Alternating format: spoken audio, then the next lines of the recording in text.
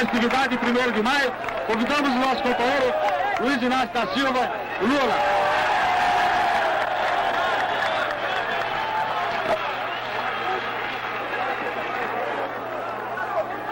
Companheiro,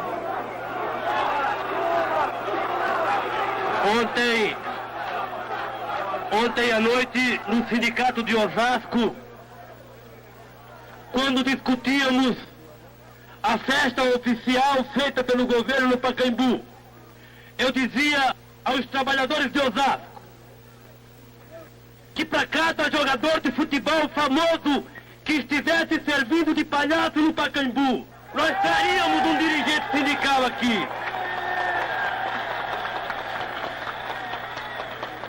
E que para cada um inconsciente que fosse no Pacaembu, nós traríamos 10 trabalhadores conscientes aqui. E me parece que a coisa aconteceu. Aconteceu exatamente porque hoje nesse país já não se engana mais o trabalhador como se enganaram em outros tempos. É chegado o momento, companheiros, de olharmos para frente e vermos o que está acontecendo nessa terra. Diziam que o salário da classe trabalhadora era culpado pela inflação. Arrocharam durante 15 anos o nosso salário e a inflação continua tão alta como estava antes de 1964. A serviço das multinacionais, acabaram com os direitos sagrados que o trabalhador tinha, ou o mais importante, que era a estabilidade no emprego. E a serviço das multinacionais, foi implantado nessa terra o fundo de garantia por tempo de serviço, que só presta para fazer o patrão mandar o trabalhador embora com muito mais facilidade. E basta que a gente veja a situação dos funcionários públicos hoje, quando o governo oferece 30% de aumento e desconta 20%, e os trabalhadores iriam receber 8, não sei o que em cima do salário atual.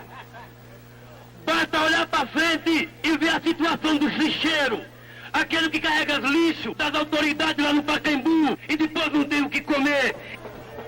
Basta ver os motoristas de ônibus que estão se manifestando.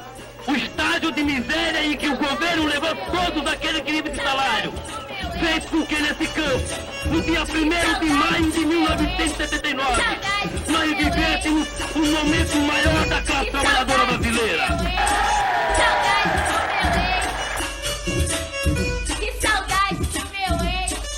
Ai, que saudade do meu ex.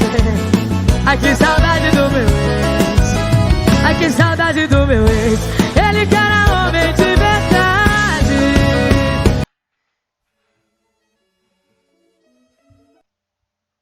Ai, que saudade do meu ex. Certas piadas não dá pra perder. Como eu disse, né, as greves de 1979, elas começam muito lideradas pela figura do Lula, né? Fiquem tranquilos, vai chegar um momento que eu vou fazer minhas críticas a ele sim. Aliás, a gente já teve momentos que a gente pôde conversar, eu já falei, também tô brincando aqui, óbvio, eu acho o Lula infinitamente melhor do que o governo atual, mas assim como eu acharia o Fernando Henrique, que também foi outro presidente que eu tenho diversas críticas, muito mais do que ao Lula, inclusive, mas eu também tenho críticas ao Lula, eu não sou propriamente um lulista. Embora eu sempre tenha votado nele. Mas eu vou deixar mais claro no decorrer, principalmente dos vídeos a partir da semana que vem, as minhas críticas ao Lula.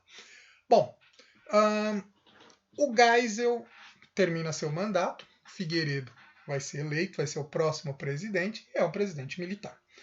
E ele vai pegar o Brasil com o processo de reabertura andando. O processo de reabertura vai andar a partir do governo Figueiredo. Começou com o Geisel e vai continuar. Quem é o Figueiredo? Então, primeiro, vamos lá, a clássica fotinho do presidente. Esse é o general João Batista Figueiredo, que vai assumir a presidência, que era uma figura bastante polêmica, já vou falando. Primeiro, ele tem essa declaração aqui, que o cheiro do cavalo é melhor, o cheiro de cavalo era melhor do que o cheiro do povo. Então, ele é uma figura que passou para a história com diversas declarações polêmicas e tudo mais, né? Inclusive, teve toda uma preocupação por parte do pessoal da Arena em tentar torná-lo mais palatável para o povo, porque não era uma figura palatável e tal. Existe, então continua a pressão para a abertura, e aí, como eu disse, né, a gente vai ter as greves no ABC. Se vocês repararam, né, apesar de toda a piadinha no começo, se vocês repararam, a fala do Lula faz referência ao arroxo salarial que eu comentei lá nos primeiros vídeos, nos vídeos da semana passada, e o Lula faz o comentário do FGTS, o Fundo de Garantia. O Fundo de Garantia foi uma criação da ditadura, né?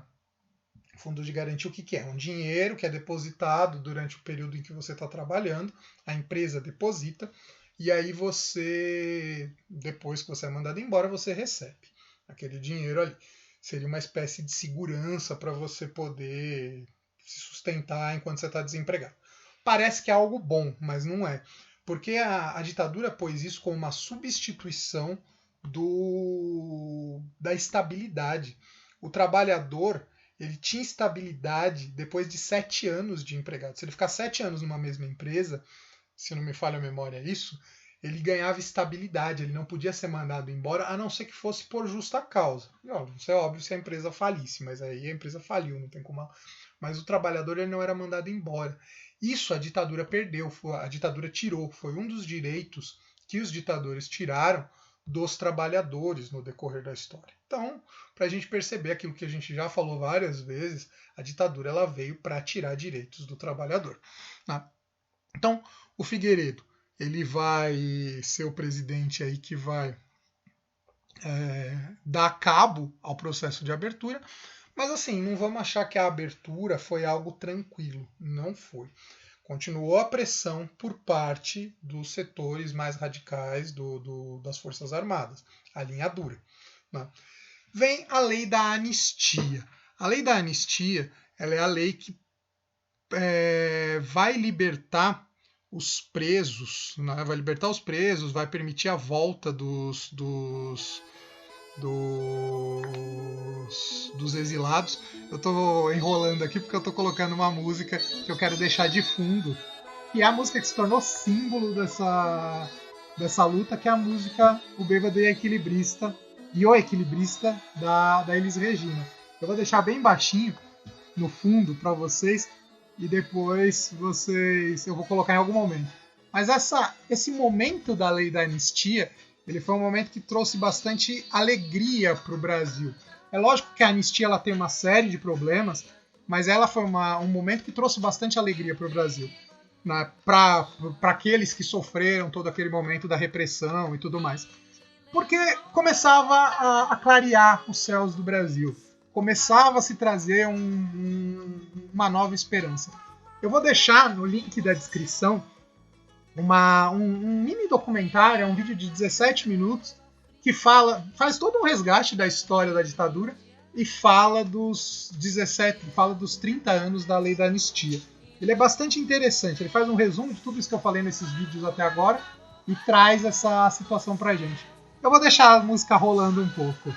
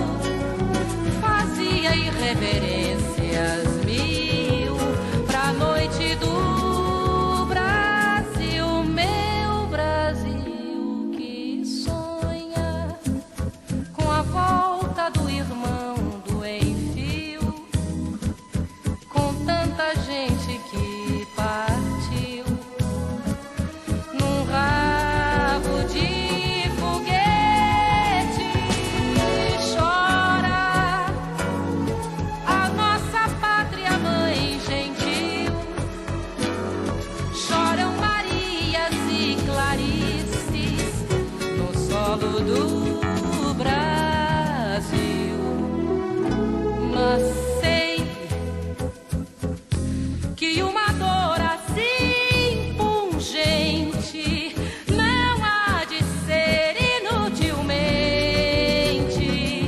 a esperança, a dança da corda bamba de sombrinha, e em cada passo dessa linha pode se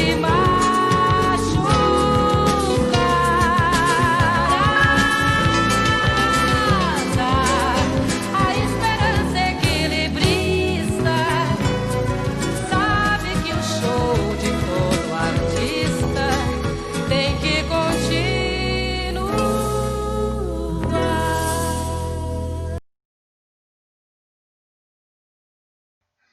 Qualquer hora meus vizinhos vão me xingar, porque eu gravo o vídeo de madrugada colocando música. Então foi um momento de bastante alegria para os ex-presos políticos, para quem voltou. Como eu disse, eu vou colocar o documentário aqui, né? Na verdade, nem chega a ser propriamente um documentário. Foi elaborado em 2009, que foi quando aconteceu os 30 anos da Lei da Anistia. É o momento em que o regime começava a cair. O regime começava a quebrar as suas pernas.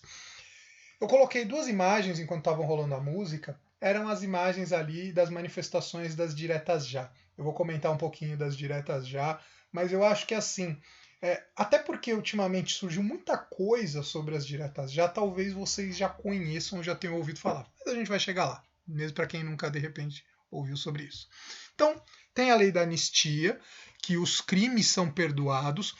O grande problema que existe até hoje, existe uma forte crítica à lei da anistia, porque foram perdoados todos os que foram, né, os que teriam cometido crimes pela ditadura, que lutaram contra o regime, que foram presos, foram exilados e tal, mas também aqueles que torturaram ou que mataram, enfim, os crimes análogos, né, que são crimes correlatos, melhor dizendo, que são colocados. Então, ou seja, quem torturou, quem matou, ou seja, essa gente até hoje nunca pagou pelos crimes que cometeu. O único que foi considerado um torturador, mesmo assim não pagou na justiça, mas foi considerado torturador, foi o Carlos Alberto Brilhante Ustra, que o Fosco Ostra, como diria o cara do Eduardo Bueno, o cara do Buenas Ideias, ele é ótimo, o Fosco Ostra é ótimo. Ele foi o único por uma ação movida pela família da Amelinha Teles, que é quem eu quero trazer para falar para vocês. Agora o computador consertado vai dar. Também acaba o bipartidarismo, aquela coisa dos dois partidos, a Arena e o MDB. Surge uma série de partidos. Vai surgir o PT nesse momento, não à toa ali a imagem do Lula. O PT ele vai estar desde a sua origem muito ligado ao Lula. O PDT, que vai ser o partido do Brizola. O Brizola foi um que foi exilado e volta para o Brasil. No próximo vídeo eu vou colocar um trechinho de imagem do Brizola. É uma figura como poucas na história do Brasil. O PTB, Partido Trabalhista Brasileiro, que se retoma lá do Getúlio, mas o PTB atual não tem nada a ver, só tem o nome. PP, Partido Progressista, o PDS, que é o partido que vai surgir como substituto da Arena, né? Os membros da Arena mudam o nome, e o PMDB, que era o MDB, né?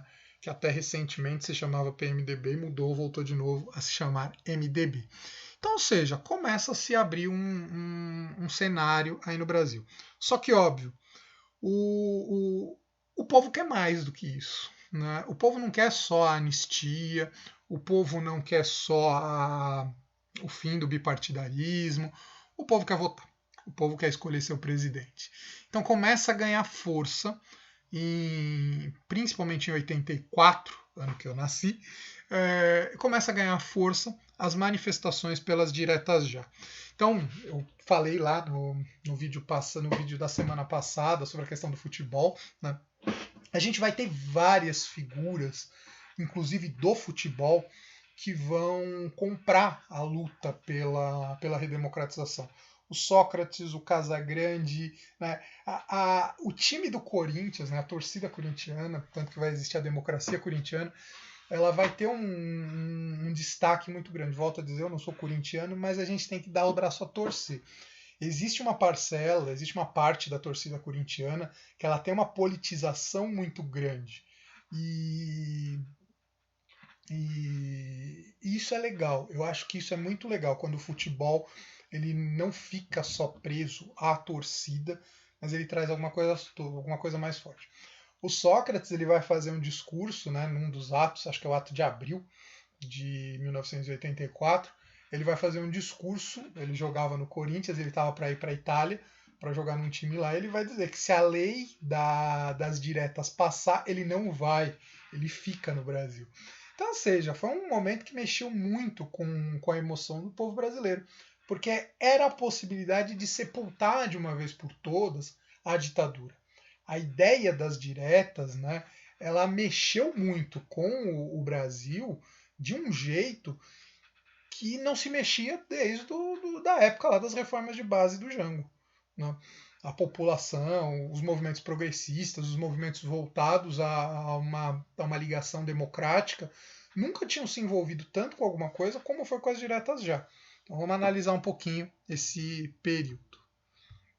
Então, antes de falar das diretas já, a gente tem a dívida externa galopante. O Brasil está com uma puta de uma dívida externa, com uma puta de uma hiperinflação que reduz os salários. Então, o Lula fala lá no começo que o arroxo salarial não resolveu em nada, porque a inflação continua. Na verdade, a inflação volta com tudo. E com o salário arroxado, o pobre não consegue comprar nada. A gente vai ter da linha dura, né, o movimento de abertura ele vai desagradar a linha dura. E aí a gente vai ter o atentado do Rio Centro. Em 1981, dois militares, parece que é um sargento e um cabo, ironias do destino, né? Um sargento e um cabo tentam fazer um crime, né? Mas eles queriam fazer um crime, explodir lá um evento que estava acontecendo no Rio Centro e colocar a culpa nos comunistas. Só que a coisa, aqui tem a imagem do carro, só que a bomba explode antes. Né? Os militares não conseguiram nem fazer isso decentemente. E um morre, o outro fica ferido. E aí, o que os militares vão dizer, né, o que o SNI lá, o Serviço Nacional de Informação, a galera que é mais ligada à repressão, à linha dura, vai dizer que quem fez isso foram os comunistas, foi o pessoal da luta armada, os guerrilheiros, sendo que os guerrilheiros já nem estavam atuando mais. Né? Claro que tinha gente que tinha sobrevivido, mas a gente nem estava mais atuando, porque o movimento de guerrilha já tinha acabado, já tinha dado errado, como a gente viu. Né? A crise econômica bate à porta, então a década de 80 ela é considerada a década perdida, né? E começa a ganhar força o movimento das diretas já. Já mostrei para vocês as imagens, né? Lá quando estava rolando a musiquinha, puta musicão desse da Elis Regina, né? E a gente vai ter três figuras, várias figuras vão se destacar, como eu disse, a gente vai ter jogadores de futebol, artistas, tal, mas três figuras políticas vão se destacar. Né? Cadê aqui a imagem deles? São esses aqui, tem quatro, né? Mas um deles, ao canto à esquerda, é o Tancredo Neves, que vai ser o próximo presidente, o presidente que não vai assumir. Da esquerda para a direita, a gente vai ter o Brizola, que está com o paletó na mão, né? O Ulisses Guimarães, que está ali no meio praticamente da imagem, e o Lula, que, enfim, apesar de estar bem mais novo aí, e inconfundível a figura dele. Os três vão ser os grandes nomes da redemocratização, vão de alguma forma tomar a frente. O Brizola, por todo o seu passado. O Ulisses Guimarães, por estar ali, aquela coisa toda da anticandidatura do MDB, e a gente vai ver que ele vai ter uma importância muito grande com a nova Constituição, que eu vou falar no próximo vídeo. E o Lula, por causa dos movimentos de greve lá no ABC, durante o fim da década de 70, começo da década de 80, e aqui já muito ligado também à questão do PT. 1984, então, acontecem as grandes manifestações, os três nomes se destacam. 25 de abril de 1984 é votada a Lei Dante de Oliveira. Dante de Oliveira foi o deputado que propôs a Lei das Diretas Já, que não foi aprovada, né? Ela era uma proposta à emenda constitucional, uma PEC, então ela precisava ter 2/3 dos votos. Ela não tem, ela tem a maioria dos votos, mas ela não tem os 2/3, então ela não é aprovada. Então o próximo presidente, ele não é eleito pelo povo, ele não é eleito diretamente, ele vai ser eleito por meio indireto, assim como foram os presidentes militares. Só que vai ser eleito um civil. Na verdade, os dois partidos, tanto o PDS quanto o MDB, vão lançar candidatos civis. Nem mais a Arena, o PDS, né, vai lançar um candidato militar. Quem vai ser lançado? Lança-se o PDS, né, que vai ser indicado pelos militares, que é um candidato civil, é o Paulo Maluf, figura conhecidíssima aqui em São Paulo. E pelo MDB vai ser lançado o Tancredo Neves. O Tancredo é eleito, mas ele morre antes de tomar posse. Ele morre em abril de 1985, e quem toma posse é o seu vice, o Sarney. Então aqui a gente tem a imagem do Tancredo. Tancredo, como eu já citei, é o avô lá do Aécio Neves, e a imagem do Sarney, que foi o primeiro presidente civil depois dos 5 militares que a gente teve durante o período da ditadura militar. Basicamente, com isso, eu encerro esse segundo vídeo. Então agora a gente vai começar a falar sobre o período da redemocratização. O governo Sarney é um período da redemocratização. Sarney é uma figura polêmica, a gente vai ver, ele desperta algumas paixões contrárias, e aí eu vou falar um pouquinho disso no próximo vídeo. Próximo vídeo, praticamente aqui a ditadura já encerrou, mas aí a gente vai pôr a pá de cal que falta para acabar com esse regime nojento.